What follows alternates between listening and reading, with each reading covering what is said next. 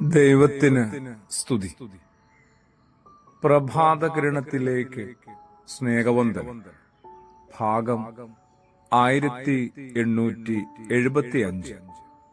ഇന്ന് ഫെബ്രുവരി മാസം 17-ാം തീയതി, 48-ാമത്തെ ദിവസത്തിലെത്തി. ഒരു തർക്കം മുറുകുന്നു എവിടെയൊക്കെയോ. വീടുകളിൽ തന്നെയാണ്. ആരൊക്കെയാണെന്നല്ലേ? വളരുന്നവരും വളർത്തുന്നവരും തമ്മിലാണ് എന്ന് പറഞ്ഞു പോകുന്നതിൽ ആരും വിഷമിക്കരുത്.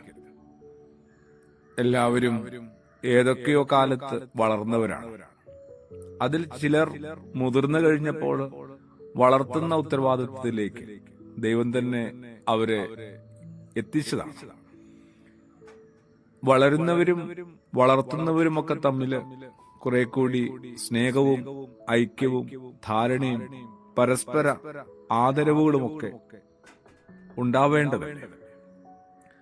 ആരും ആരെയും വളർത്തുന്നൊന്നുമില്ല. എല്ലാവരും സ്വയം വളരുന്നതാണ്. സഹവാസികൾ സാഹചര്യങ്ങൾ ഒരുക്കി കൊടുക്കുന്നു എന്നതാണ്. എന്നാലും മുതിർന്നു എന്ന് തോന്നുമ്പോൾ, അല്ലെങ്കിൽ ഇത്രയൊക്കെ മതി നിങ്ങളുടെ വളർത്തൽ എന്ന് ആർക്കെങ്കിലുമൊക്കെ തോന്നുമ്പോൾ, മക്കളെ ഉന്നം വെച്ചാണ് ഈ പറയുന്നതെന്ന് ആരും തെറ്റിദ്ധരിക്കരുത്. അവർക്കങ്ങനെ തോന്നുമ്പോൾ ഓർക്കേണ്ടതുണ്ട്. ക്രിസ്തുയേശു പറഞ്ഞൊരു കഥയുണ്ട്, ഒരു അത്തിമരത്തെക്കുറിച്ച്. വിശുദ്ധനായ ലൂക്കോസിന്റെ സുവിശേഷം 13-ാം അധ്യായത്തില് ആ കഥ കിടപ്പുണ്ട്. അവിടെ തോട്ടത്തിലെ പണിക്കാരിങ്ങനെ യജമാനനോട് പറയുന്നു, യജമാനനെ ഒരാണ്ടുകൂടി കിളയ്ക്കുകയും വളവും വെള്ളവും ചൊരിയുകയും ചെയ്യാം. ഇത് ചെയ്യാനായിട്ട് ആരൊക്കെയോ ഉള്ളത് കൊണ്ടാണ് ഇത്രത്തോളമൊക്കെ നമ്മൾ ഓരോരുത്തരും വളർന്നത്. അത് മറന്നു പോകരുത്. അതെ, ആരൊക്കെയോ പരിപാലിക്കാനായിട്ട്, സഹവാസികളായിട്ട് കൂടെ ഉണ്ടായിരുന്നത് കൊണ്ടാണ് വളർന്നത്. ആരൊക്കെയോ സംരക്ഷകരായിട്ട് ഒപ്പം ഉണ്ടായിരുന്നത് കൊണ്ടാണ് ഇത്രത്തോളം എത്തിയത്. പല ബാല്യകാല ആഗ്രഹങ്ങളും ഒരുപക്ഷെ അപക്വമായി മാറുന്നത് എന്തുകൊണ്ടാണ്? കുറെ കൂടി വിശാലമായ ഒരു കാഴ്ചപ്പാട് കിട്ടാതെ പോകുന്നത് കൊണ്ടുകൂടിയാവാം.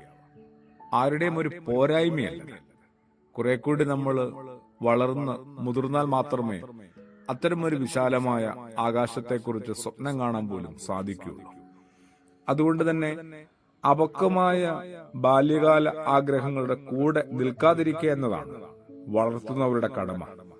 തങ്ങൾക്ക് ഇഷ്ടമുള്ള രീതിയിലാണോ സഞ്ചാരം എന്നതല്ല, എത്തിച്ചേരേണ്ട സ്ഥലത്തേക്ക് നയിക്കുന്ന പാതകളിലൂടെയാണോ സഞ്ചാരം എന്നതാണ് ഓരോ വഴികാട്ടികളും നിരീക്ഷിക്കേണ്ടത്. സംരക്ഷകർക്കും ഉത്തരവാദിത്വമുണ്ട്, വളർന്നവർക്ക് അതിലുമേറെ ഉത്തരവാദിത്വമുണ്ട്. അതെ, ആരൊക്കെയോ കരുതിയത് കൊണ്ടാണ് ഇത്രത്തോളം നാം ഓരോരുത്തരും എത്തിയത്. പ്രാർത്ഥനയോടുകൂടി ആമേൻ.